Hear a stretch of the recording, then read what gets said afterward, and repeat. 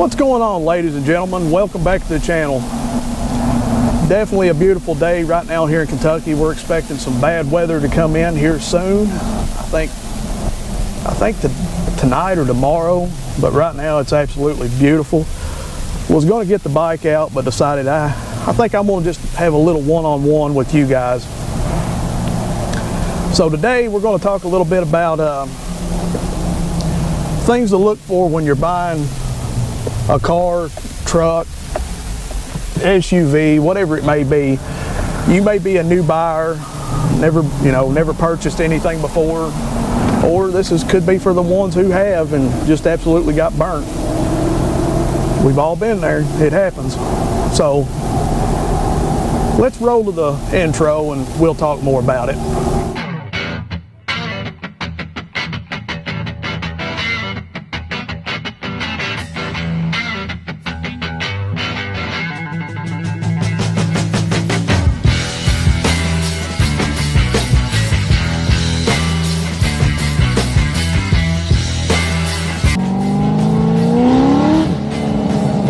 Get in a car like this and smile, there's something wrong with you. So what's going on, fam? Welcome back. Hope you enjoyed that intro. That's something different. I just thought, all the cool kids has got one. I want one too. I want to be cool. I mean, don't we all? No, not really. I'm me. You like me or you don't. I really don't care. Go to the next channel if you don't. Anywho, today, like I said, we're going to be talking about things to look for when buying a used car, truck, or SUV. Now, this can be for anybody at any age. I mean, I'm just not saying 16 and I'm not saying 90. We've all had that bad experience that, it's left a bad taste in our mouths. And maybe we need, we need to step back and actually reevaluate why we got that bad taste in our mouth, per se. So that's kind of what this video is about. On this video, there's going to be topics and there's going to be also subtopics. And on those subtopics, it's possible that I could get off on a tangent on some of them, but I'm going to try not to.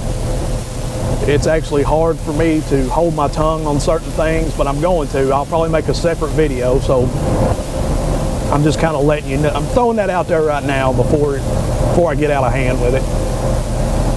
So, first thing you guys need to know is your budget. I mean, straight up. If you're,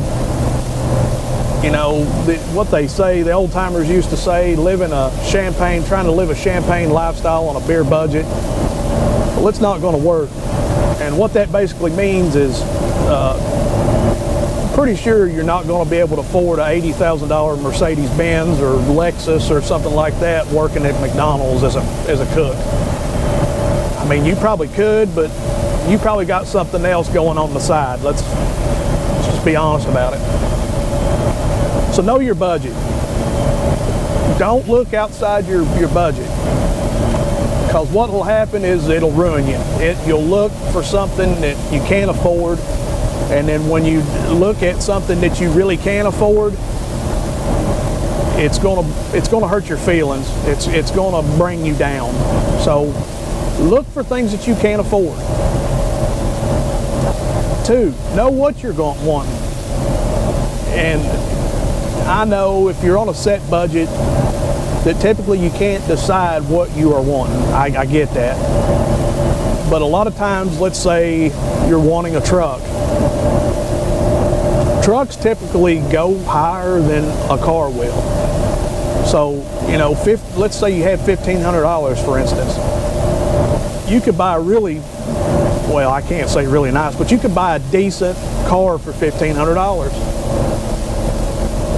But chances are, a truck for $1,500, it's probably going to be a clapped out S10 with holes in the side of it big enough to throw a baseball through.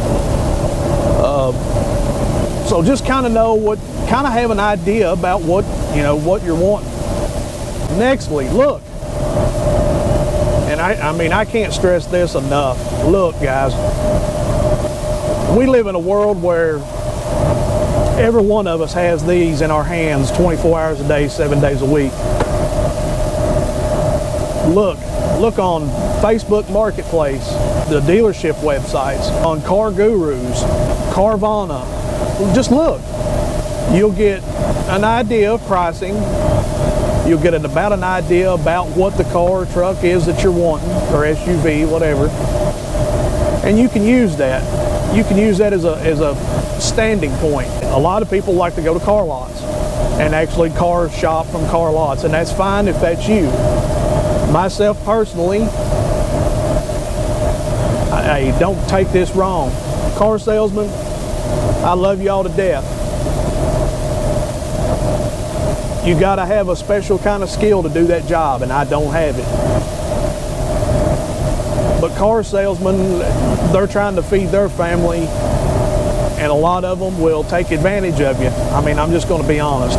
And this will probably be one of those videos that I'll make later about car salesmen. Just things to watch for, things, you know, to be leery of pretty much. But that's the main reason why I don't personally go car shopping on car lots and just hop around. I look online, I shop online. One more thing before I go to the next topic is when you are shopping online, and let's say you go to a dealership website and you find one that's really nice, what you're wanting, and it says call for pricing. I'm just going to be honest here. 9 times out of 10, you're not going to be able to afford that car anyway. They've got it marked up so high that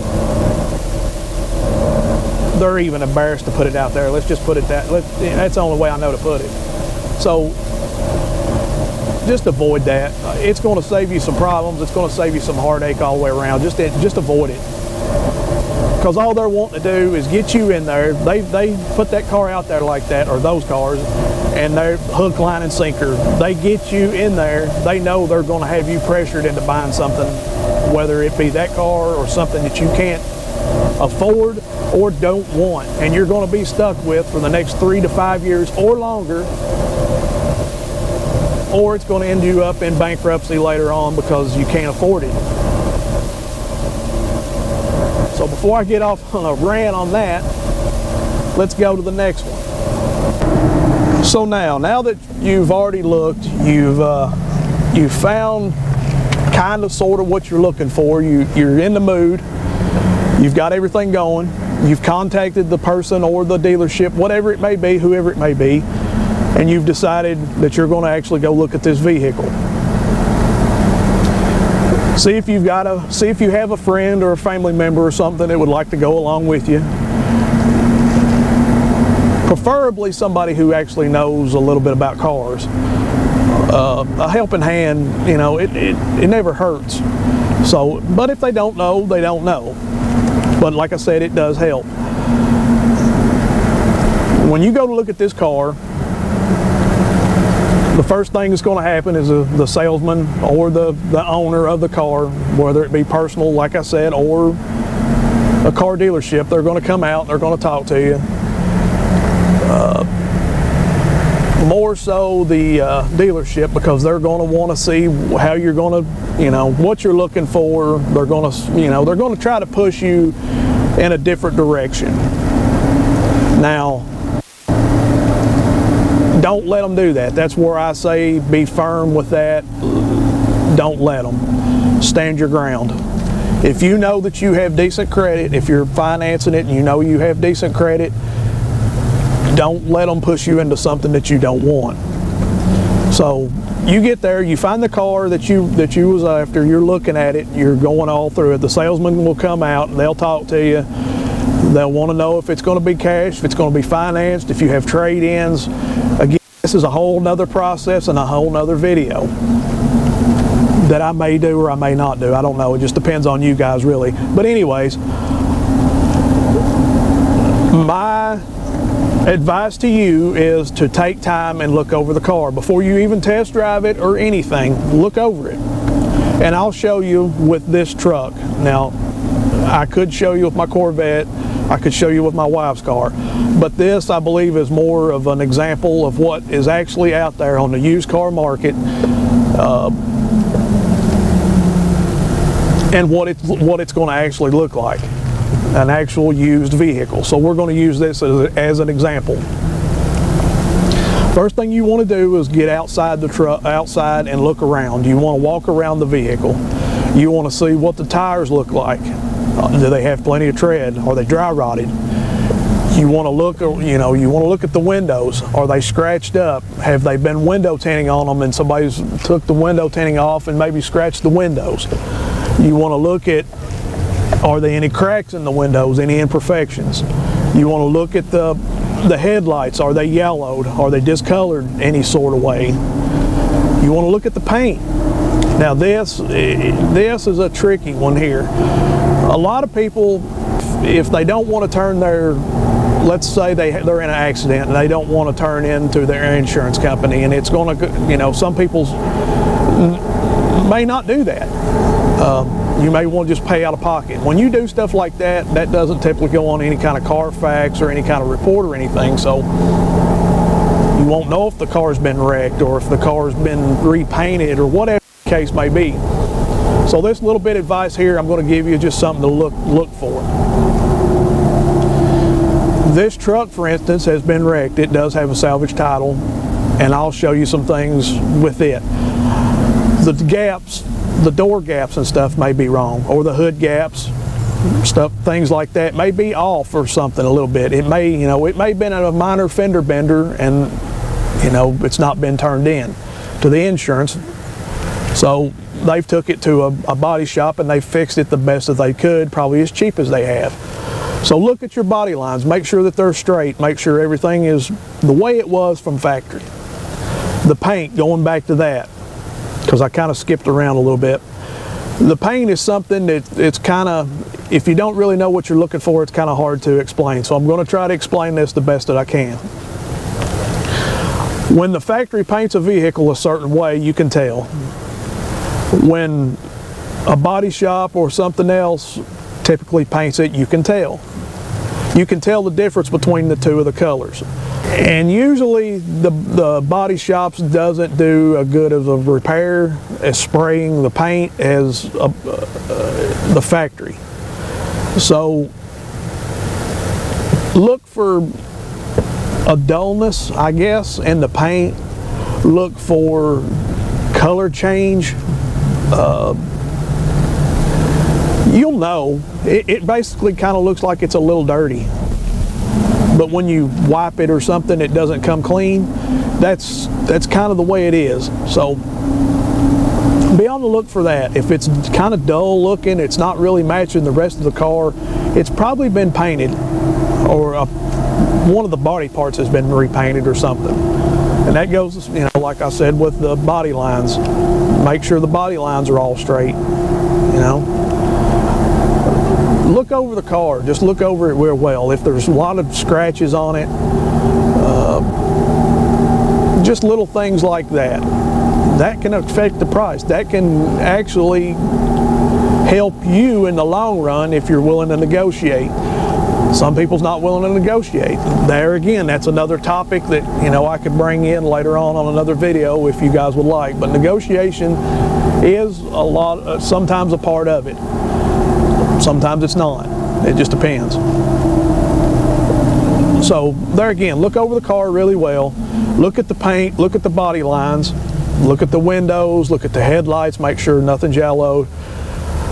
And once you're comfortable with looking at the outside, you kind of got a memory of what everything looks like, and you're still okay with the car. You're still, it's got a couple scratches, it's, the paint's looking great, but the headlights are, they're yellowed, but they're livable. You're okay with the car pretty much.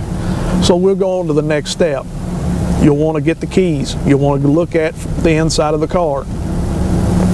The first thing I typically look for is when I open the door, I look at the door panels and I look at the seats. These side of the seats right over here and on the side of the bolster are dead giveaways pretty much of how the vehicle has been treated or how many miles it's got on it. whatever. If they're tore up and ripped up in this particular spot, it's had a lot of action. It's had a lot of people in and out of it. It's been drove, typically probably hard, typically, especially if the door panels and its steering wheel's not, feeling the way it should. And it's not a bad thing. It just means it's been drove. It's probably got a lot of miles on it. If it's a lower miles vehicle, or it's supposed to be, you might want to question that too, because it shouldn't be ripped up and tore up, and all this shouldn't be messed up if it's a lower miles car. Look at the inside. Look and see if there's any cracks, anything in any imperfections in the dash, or any in the seats, burn marks in the seats, in the headliner. Look at your headliner. Look, if it's got back seats, look at the back seats. Carpet, check your carpet out. A lot of people buy this plastic and put in them underneath your floor mats. It makes it look like it's a new car. They've left it like that since it was new. No, you can buy that stuff anywhere. It's just a sticky plastic that you can stick over it to protect. It's a protector. Just don't let it mess with you and cause you to think something that it's not. Look over it with a fine-tooth comb. Go over everything. Next, you've got to that process and you're still enjoying it. You're still, I'm digging this car. This is what I can afford. Next, get the keys. Start the vehicle. When you start the vehicle, look around. Make sure there's no smoke when you start the car, truck, whatever it may be. Now, obviously, in the colder months, you're going to have steam. Steam is different than smoke. Steam, any car is going to steam when you first start it. But if you start a car or truck, whatever, and it's smoking blue or white smoke, and it's got an odor to it, it typically means there's an engine problem or some kind of issue, and you probably need to walk away from that. It's just not going to be worth it. It's going to cost you in the long run, I promise you. Let it warm up. See how it sounds. See if it sounds okay. So make sure there's not any engine knocking that's abnormal. You'll know. Surely you'll know if it's not. Your friend or family member that's with you, I'm sure, have them to listen to. If you feel uncomfortable about it, listen to your gut. Don't always listen to your heart, but listen to your gut. If your gut feeling's telling you to walk away, you might want to walk away. We've got to that point and we're still okay. We're still okay. Let's check this out now. Some people will want to ride with you if you want to test drive one. Car dealerships, some will, some won't. Some car owners, like personal private owners, some will. It's just a preference. Don't get so caught up in talking with them if they do ride with you that you don't hear anything that's going on or paying any attention to what's going on in the vehicle. I've seen that happen before. I've seen people get to yapping and talking and they don't even hear the things that's going on, but the family member or the person that's riding in the back seat hears it before the other. You know what I'm saying? Which brings me to another little point here. I know we're all about our stereos. We love bumping our stereos. Guys and gals, when you get in the car, first thing you do, crank it up as you're riding down the road. No. Obviously make sure it's going to work, but there's no need to cranking it up. Listen, use all of your senses. I'm telling you, your senses are going to be your best friend at this point. Listen to everything.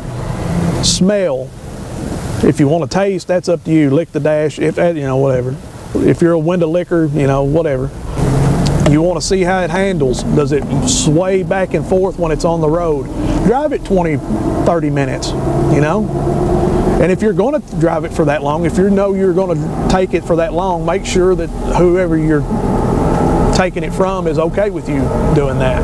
But if they don't want you to do it, that would throw up a red flag to me. I would be questioning why they don't want me to take this vehicle out for no longer than 10 or 15 minutes.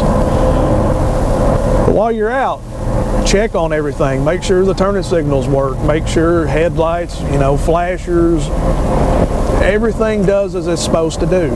It smells. If you smell something sweet smelling, it's probably got a coolant leak somewhere. So, just kind of be aware of that. If you smell something burning, it possibly could be oil leak, or it could be something electrical even. Does that always mean that's what that is? No, it don't. But be aware. You want to be aware of your surroundings, pretty much, and what you're, you don't, like I said, you don't want to be 3 to 5 months into this vehicle and already having to put a brand new engine or something in it because it's overheated or whatever. Another thing, pay attention to your gauges. Idiot gauges is what I call them, idiot lights. They're hazard, if you've got lights on the dash, what kind of lights are they? Are they tire pressure sensor monitors? Is it an engine light? Ask questions. Ask, hey, why is this light on? Or I've even seen people take black electrical tape and take the dash out and actually put over top of the check engine light part and then put the cover back over it. You actually have to look hard in order to see that. So pay attention. Just don't be so excited and caught up in your emotions that you get taken advantage of. That's why I'm putting this video out there. All right, so you got back. Your test drive has went great. Everything has went well. You're excited, but not too excited, because you don't want to show your hand. When you're playing cars, do you guys show your hand? It's the same thing with buying a car. You don't want to show your hand. You don't want to show your emotions too much. I can take it or leave it. It's okay. It's got some scratches on it. It's got a couple of dull headlights. The tires, yeah, they're good, but I mean, So you get back and you still got that attitude. You're trying to hide it anyway. When you get out, there again, smell, listen, look, all of those. Look underneath the car, make sure there's nothing leaking. Now, keep in mind, if it's summertime and you got your air conditioner on, if it has air, behind the passenger side tire, there'll be water condensation that'll be leaking down. That's normal. So don't fret over that. But if you see oil spots coming from the engine, if you look around it, you'll know when something's off, especially when you smell it. You'll smell oil or transmission fluid. But you're at the point now, you've looked over it, you're sure that's what you want, but you're still a little bit undecided. Listen, it's okay to take a couple of days. Do not, I cannot stress this enough, do not let somebody pressure you into doing something. Whether it be the dealership or the owner of the actual vehicle, the personal owner. Tell them, I like the car, I am interested in the car, but give me a couple of days, let me check on some things, let me make sure this is what I'm for sure wanting. Obviously, it's going to be a first come, first serve, and they're going to tell you that. But listen, guys, it goes back to the if it's meant to be thing. If it's meant to happen, it'll happen. So what I want you to do at this point is let your emotions go home, get back on your little computer here, and look around again. Check on more prices, check on other cars. You may find something better. You may find the same exact car in better shape for less money. I've personally had that happen before. So just take your time with it. It doesn't have to be a race. Like I said again, I know it's an emotion thing, and we're all excited when we get something new, especially a new vehicle. We all love new vehicles. I think that's about all I've got with that part of it. If you would like to know more about the salesman end of it, how things are, how you're going to probably be treated, I mean, you're going to be treated nice, but if you want to know about the negotiation part of it, if you're interested in that kind of stuff, put it in the comment section. Leave me a little thing saying, yeah, I'd like to know more about it, or no, this sucks, take me to something else. We want to see more motorcycle content, or whatever it may be. Just let me know. I'd love to hear you guys' opinion and thoughts on things. It lets me know whether I'm going in the right or wrong direction, and gives me ideas too. So I hope this helps somebody. There's still a lot more that I could say with this, and I may make a follow-up video with this. Who knows? But if it's meant to be, it's meant to be. It will be, baby, I gotta pee. I mean, yeah, something like that. Anyway, hope you've enjoyed it. Guys, I gotta go. I got things to do. Like, share, and subscribe. And like always, peace. I'm out.